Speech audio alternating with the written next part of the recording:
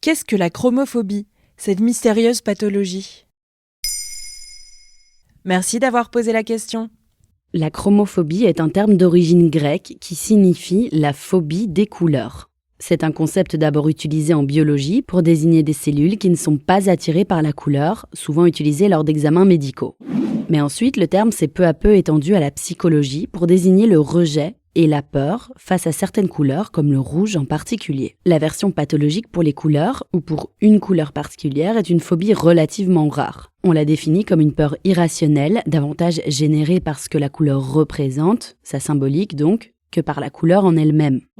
La couleur peut alors activer certaines hormones qui, à leur tour, déclenchent des réactions psychologiques. Par exemple, On l'a mentionné, le rouge est particulièrement concerné, tout simplement car il symbolise le sang, la douleur et donc la souffrance. La phobie du blanc, elle aussi, compte parmi les plus connues. Elle se manifeste par exemple par une peur ou un rejet extrême des peaux pâles, inconsciemment associées à la maladie ou aux esprits, pour ceux qui redoutent déjà les phénomènes surnaturels. Comme n'importe quelle phobie, elle peut déclencher des palpitations, des sueurs ou des tremblements. Mais la chromophobie ne se limite pas au champ de la psychologie. Elle prend aussi un tout autre sens aujourd'hui dans le domaine des arts. et comment ça ? Selon le designer écossais David Batchelor, dans l'histoire de l'art, la couleur a longtemps été associée au féminin, au puéril et à l'oriental. Il fait ce constat en 1993 dans un ouvrage intitulé « Chromophobie ». Dans ce livre, il théorise cette peur de la couleur et son rejet progressif, et en particulier en Occident. En art, elle souffre d'une mauvaise réputation. Lui-même raconte que lorsqu'il était étudiant en école d'art, tout tendait vers le noir et le gris. Ainsi, la couleur a progressivement disparu de l'art contemporain, mais pas uniquement.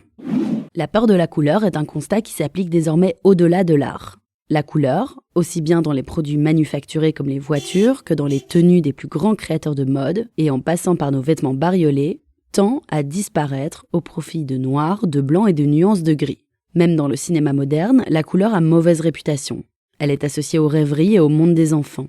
Par exemple, dans Le Magicien d'Oz, où Dorothée, la figure principale, évolue dans un décor gris et sombre quand elle est éveillée. Mais la majorité de l'histoire, qui se passe dans son sommeil, dès qu'elle rêve, se déroule en couleur. Finalement, cette dernière est associée à la fantaisie et non au sérieux. Et pourquoi la couleur disparaît-elle de notre quotidien ? Le phénomène serait dû à une standardisation de nos goûts, quelle qu'en soit l'industrie.